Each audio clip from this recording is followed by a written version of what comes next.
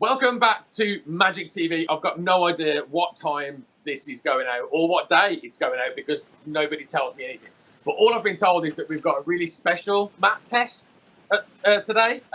So we are going to go live to the one and only, the legend that is Mr. Peter Nardi. Pete, are you there? Oi, oi. He's here. Look, that's Pete Nardi right there. How crazy is this?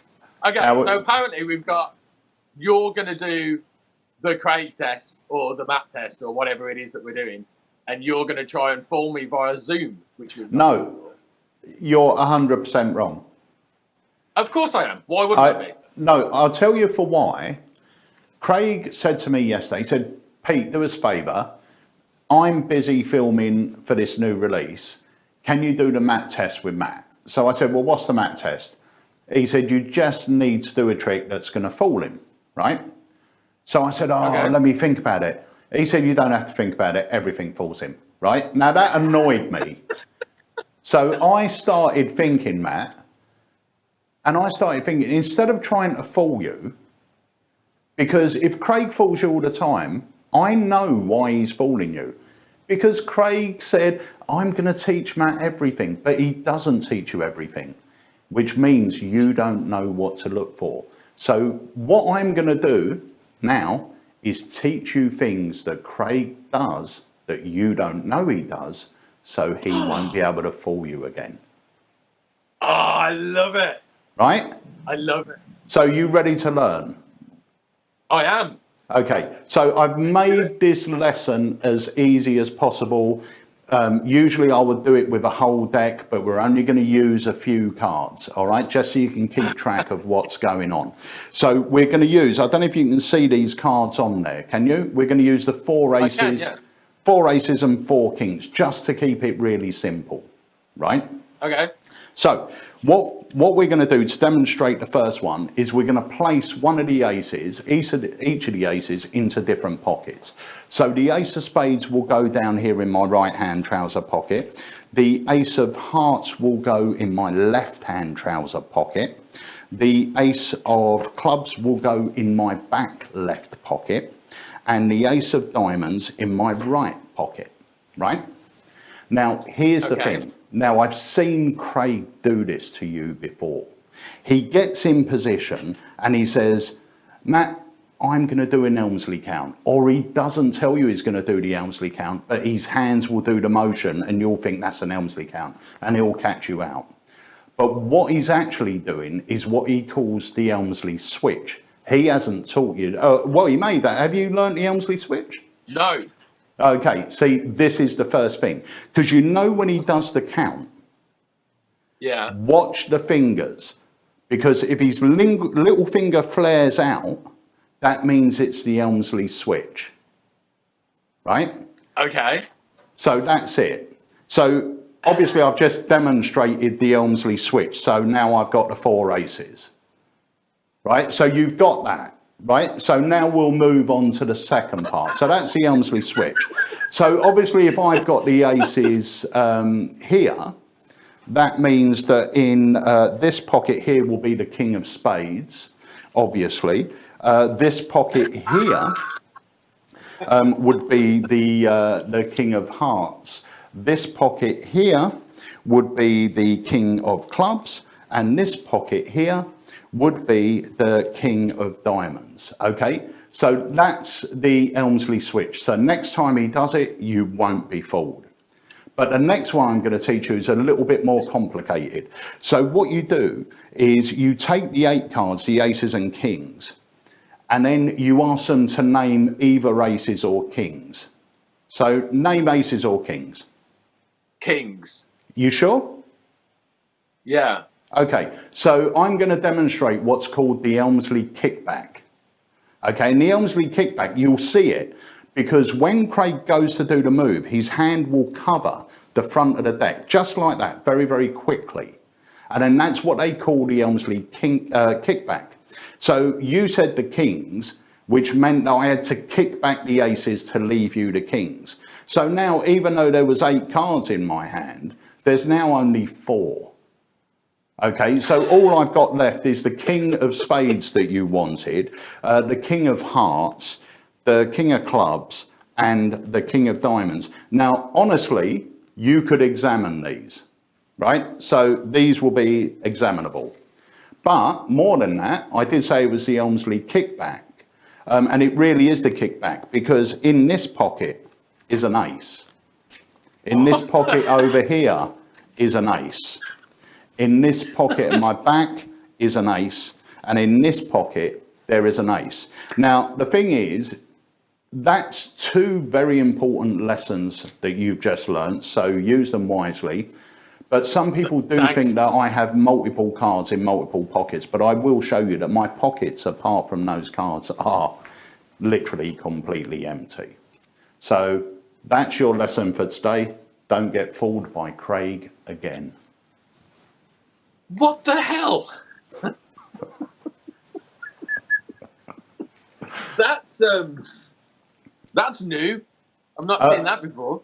Do you know what? It's actually really old, like really old. I started the creative process on that trick 25 or 26 years ago. That trick is a trick that was about 15 years in the making. And that's yours? That's mine. I'll show you. Bear with me 1 second. So I'll explain the background of it.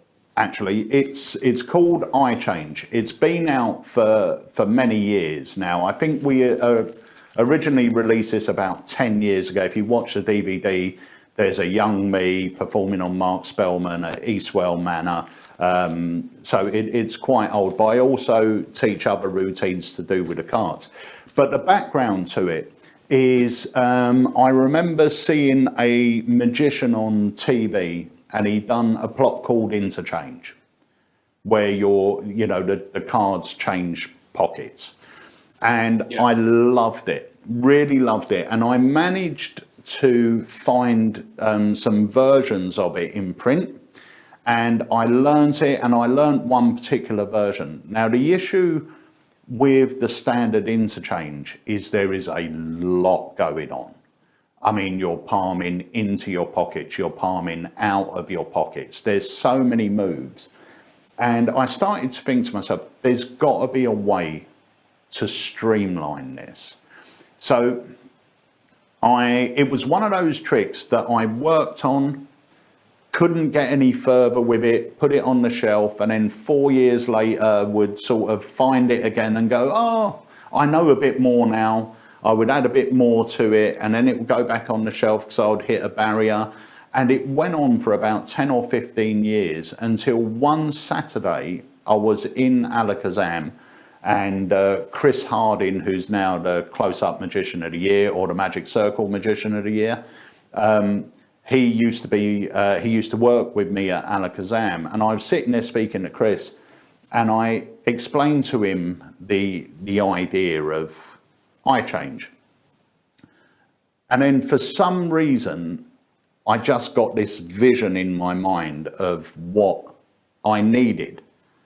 And Chris was very arts and craftsy. So I said to him, look, make me up these gaps. I mean, they were terrible because literally we had chopped down cards. So a packet of 4 cards looked about that thick, but it was good enough for me to, one, make sure what I had in my mind worked, and 2, to create the routine and the steps of the iChange routine or the Interchange plot.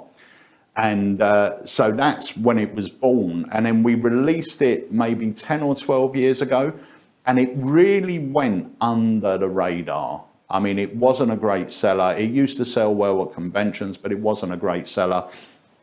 And then about 7 years ago, I performed it on one of our vlogs, and then people went crazy for it. And I remember it was coming up to Blackpool, and I kept having people saying, is this going to be released for Blackpool? And I was saying, well, it's I'll bring some with me. It's been out for 10 years, you know. And it got sort of a bit of a surge in sales and everything else. But in my mind, it oozes sleight of hand mastery when realistically there's none. It's one of the effects I'm most proud. Not really. There's one move in the whole thing. Wow. One move in the whole thing, and that's it. And the rest of it, the clever gaffs are doing the work. But the nice thing is, the 8 cards at the end, I don't know if I said this, but when the aces vanish and appear back in your pocket, and then you re-bring them out and you've got the 8 cards, 100% examinable. All 8 cards. Wow. That's crazy. Like, I can't imagine, like, I'm not a patient person. I can't imagine working on something like that for 15 years and not just wanting to get it out there. Do you know what I mean? To be able to work on something for that long and not just be like, right, okay, it's good, let's just get it out there. You've got the foresight to go, no, it can be better. We're going to wait. And 15 years down the line, it finally goes out. That's crazy. Yeah, it was, do you know what? It's one of those things, and you would have found this because you've had a very steep learning curve. I mean, you've sort of started learning, but you've been pushed in right at the top, you know? So you're not doing the standard people get into magic, they learn one trick. I mean, you are really, you know, learn this trick and now you're going to go to the bear pit and do it. I mean, you've sort of, you've been pushed right into it. So you've got a lot of knowledge now, whereas when we used to learn, the knowledge used to come a lot slower. So each time I revisited this trick, my knowledge was a little bit better. My understanding and technology with gaffs and what was available to us had changed as well. So every time I went back to it, I could add a little more because 1, my knowledge was slightly better, but 2, I had access to maybe getting specially printed cards or getting this or getting that I wouldn't have had the time before that I visited the project. Yeah. So yeah, everything just sort of aligned, and it was that moment where once I knew what the gaffs were, and bearing in mind I'd mostly gone through over the years 10 or 15 different prototypes and taken it completely different directions. But once I understood what the iChange gaffs were, the routine just fell into place. And I don't often say this about my products. I never say it about my products, but iChange, I think as an interchange plot, routine and structure, I truly believe is perfect. You've got that lovely, you've got a clean display at the beginning. You've got a clean display of 4 regular aces going into your pockets. Then you have that moment where the cards in your hand visibly and instantly change. Now, usually in an interchange plot, you've got to start doing counts and moves to display different cards because you're repeating showing the same cards. Because you've already loaded 2 in your pocket. Whereas this, you've got that clean display of 4 kings turning into 4 aces. Now the cards in your pockets change. And usually when I'm performing this, once the 8 cards are in my hand, they're usually put on the spectator's hand. And I ask them to cover all 8 cards with your hand and just name for me kings or aces. And then when they turn over, they have the 4 kings in their hand and the aces are now back in my pocket. They go in their hand and now they can examine everything. So I think... The one thing I was going to say is that it is super clean. Yeah. I don't know how you have 100% fooled me with it. I've got no idea how that's done. But it is super clean. There isn't any like moves or there's no, it doesn't look like there's any moves to it at all. It's literally just... There's 8 cards there. Oh, hold on a second. Now there's 4. Oh, by the way, those 4 have just gone back in my pocket. It's like, what the? Well, I tell you what, I'm gonna give Craig a set to bring back to you because I would love to see you do it. Because when you perform it on people, and when I'd done like a little lecture tour a few years ago, I would open like this, and my opening gambit to the magicians was to say, look, you know, this isn't a lecture full of hard sleight of hand, but this first trick I'm going to show you does utilize very difficult sleight of hand. And I would really sort of emphasize how difficult this trick is to do and everything else. But then when it came to the explanation, I would explain how simple it was, and people would be shocked because it does look like there must really be a lot going on, and there really isn't. It does. And as a magician, when you perform like that, if you perform a trick like that, people will believe you are a master of sleight of hand, whereas you're not really doing anything. I'm not at all. So if I can pull that off, literally anybody could pull it off. 100%. 100% you could do it. I'm literally, as soon as we finish this call, I'm going to go and put this in Craig's bag, because if I hand it to him, he'll put it down somewhere and leave without it. So, instantly. Yeah. Instantly. He'll put it down somewhere. You'd be quicker off strapping it to a pigeon. Well, I'm going to give it to, I'm going to put it in his bag and make sure he brings a copy back for you. And then I want to see you doing it. Yeah, absolutely. Yeah, if you send me one, I'll learn it and I will do it. Because that is literally like, if I can do that, because I'm terrible with sleight of hand and stuff, that's not what I do. If I could do that, literally anybody can do it. So I think if I can do that, and then we'll put it on a video and show me doing it, and then everyone's got to go and buy it. Top man. Brilliant. So did I fool you? You did. I've got no idea. I know you've just said it's gimmicks and stuff, but I've still got no idea how that would even start to work. I genuinely have no idea, no clue. Well, You're Peter Nardi. Obviously, you were going to fool me. My job here is done. It is, and thank you. It's been a really nice surprise, actually. I wasn't expecting to. Obviously, me and Craig haven't been in the same room together for about 2 months or something now. It's been, other than being on tour, which we were in theatres and stuff. We haven't really seen each other. So when he was like, "We're going to do a mat test this morning, get into the marketing room," I was like, "Okay." I just assumed me and him were going to be on a Zoom, and then you pop up, and I'm like, "Ah, I get to speak to Pete. This is great." So thank you so much. I really, really appreciate it. You are an absolute legend, and I'm going to come down to Kent soon and come and see you. Because we miss you, mate. You know you're always welcome here. Anyway, Matt, thanks for having me on, and I'm going to get you one of these up, and I want to see you performing it.